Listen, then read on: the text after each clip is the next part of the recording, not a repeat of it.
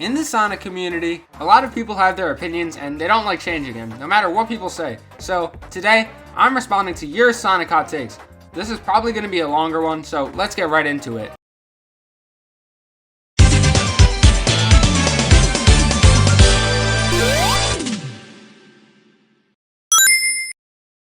Quick note, I'm going to be starting with all my comments I got, and then doing mine and my friends' hot takes. Let's go.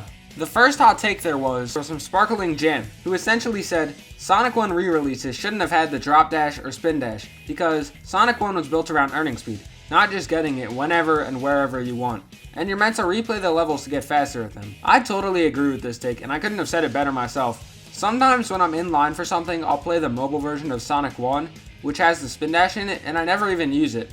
Honestly, I don't like having to come to a complete stop to use it. In every game after, it feels natural, but in Sonic 1, it feels so off to use. So like I already said, I easily agree. The next hot take comes from Sonic Sony 45, who said, Sonic 1 is the best Sonic game ever made. Simple enough. I like how in Sonic 1, you have to earn your speed, unlike in later games, with the spin dash and boost. That doesn't mean I don't like the boost, I actually love it, but like I said in the last one, Sonic 1 was built around earning speed and memorizing levels, which can be tedious for levels like Labyrinth Zone and Marble Zone, but eventually you find ways to get better at them and go a lot faster, making it more fun. So, while I don't fully agree, I do think it's up there. Up next is HT Gamer 2015, who says, Forces is good. While Forces levels design and story aren't necessarily the best, there are a lot of good aspects to it. A lot of the music is pretty good. I said a lot, not all. I'm too young to go. And the set pieces are really cool, with the spectacle that gives Unleashed a run for its money. So it's definitely not the best, but if I ever said I didn't like Forces, I'd be lying. They also have a second take. Metal Sonic is a better rival to Sonic than Shadow is. Metal Sonic was made to be a rival to Sonic, while Shadow was made to be Sonic's dark version. No, that's not why he's canonically named Shadow, but still, Shadow ended up becoming good at the end of the Sonic game he was introduced in, while Metal Sonic only became good in one comic after 30 years. So yeah, this one I agree with. The next hot take, or should I say next three, comes from Amray1006 SPL, whose first is Almost Dead over All Hail Shadow Magnified version. Alright, this one's simple enough.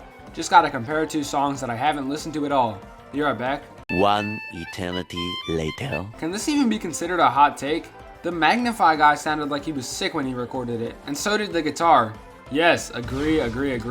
Almost Dead is so much better. Also, I like how it sounds like a WWE entrance song. Emery's next take was, Throw It All Away is better than His World Crush 40 version. Okay, these ones I actually know.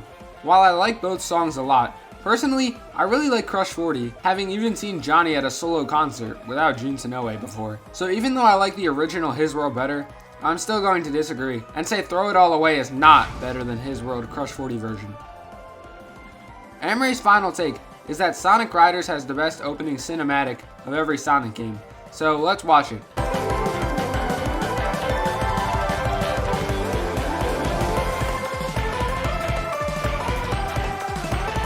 Okay, that was pretty good. According to one of the comments, the people who made that eventually went on to make Attack on Titan, which is pretty cool. I like the 2D characters in the 3D environment, and honestly, this might be cooler than Unleashed in Colors. The adventure games and heroes are pretty good, but they don't really match up to any modern ones. Honestly, agree. Thank you for showing me this work of art, Amray. This next comment is from Mr. Boomer. He says, Sonic is a better and more interesting character than Shadow. Let's think about this one.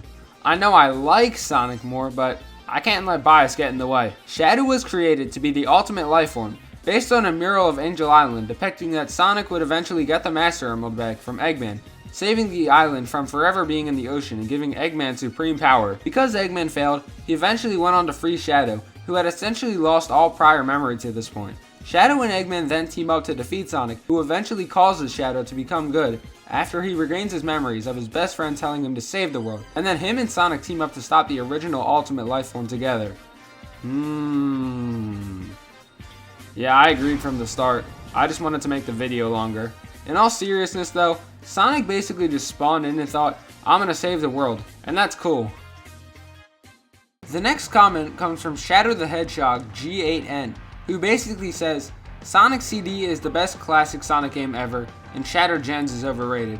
While I don't agree with Sonic CD being the best classic game due to some unfair enemy placement and not explaining how the generators work clearly, I do think Shattered Generations is very overrated, and that it's okay on the first playthrough, but I never find myself wanting to replay the levels, and I think people just glaze the game because it's Shadow and not Sonic. So, I agree with the second take. The next take comes from Red Swan 64, and he says, Sonic Lost World is equally as enjoyable as Sonic Adventure 2. I've never played Lost World, so my opinion probably isn't valid, but from the gameplay I've seen of it, it does look pretty fun at parts.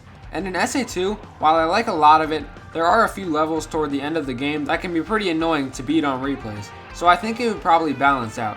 So, agree, but from only half the necessary knowledge, so take what I say with a grain of salt.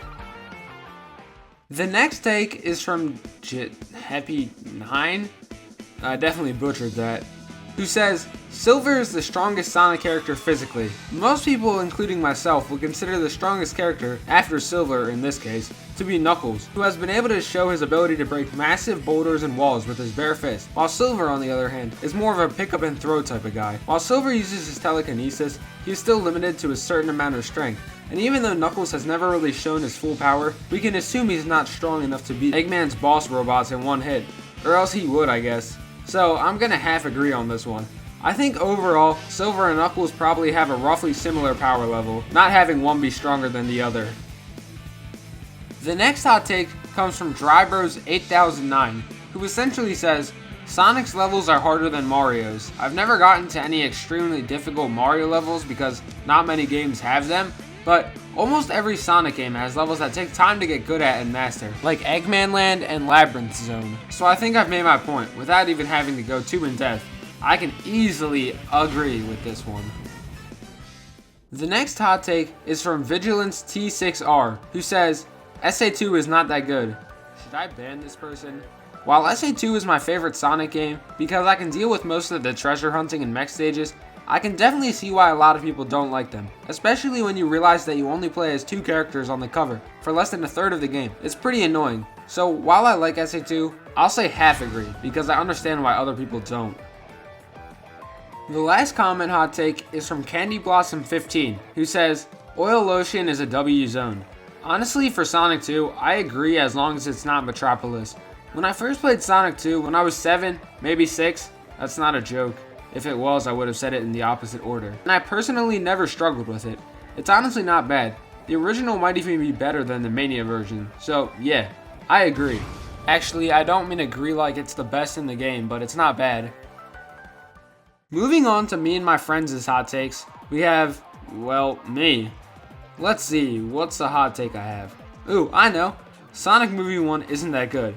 Now, obviously I agree with this since it's my take, but let me explain. While Sonic Movie 1 was everything I could have asked for in a Sonic movie when it came out, it's been easily surpassed by 2 and 3. Sonic Movie 1 could have had Sonic be replaced with any fast alien, and the plot would have worked, especially because Sonic is the only Sonic character in the movie. Not even Eggman is the same. He has hair, he's not an egg. Anyway, for this one, let me know if you agree or not in the comments, and let's move on. The first of my friends is Tails, so let's hear his hot take. Shadow is stronger than Sonic. In the games, Sonic and Shadow have usually been equal in abilities and strength, but most of the time Shadow won a fight, it was because he used a Chaos Emerald. So while Shadow has a Chaos Emerald 90% of the time, which lets him freeze time, allowing him to basically do infinite amounts of damage in less than a single millisecond. Shadow is stronger in theory, but in their base forms, Sonic would be stronger. So, disagree. The next hot take is from Knuckles, who says, Sonic games need more bombs. What? I asked him what he means, but he didn't respond, so, disagree? I guess? I don't want the games to be too hard, I guess. Moving on. Today, I'm here with Vector to say his Sonic hot take, so let's see what he has to say. Nah, cause hear me out. Big Fish is stronger than Sonic in every possible way. I don't want to hear no goofy-eyed excuse about how there's a very low chance Sonic will be in water and how he can only survive for 25 seconds. Boy, that is BS. It is a big fish against a blue small hedgehog. Hey, I'm like 6 feet tall.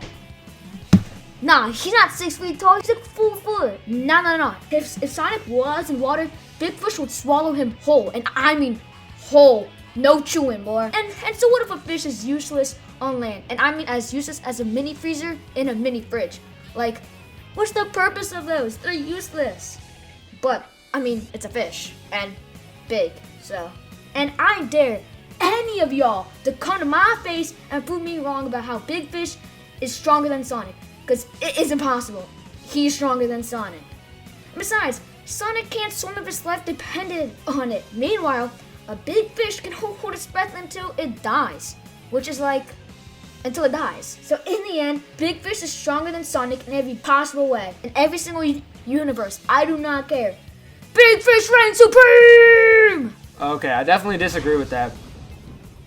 And for the final hot take of the video, Chairpeg says, Sonic should be cyan, not blue.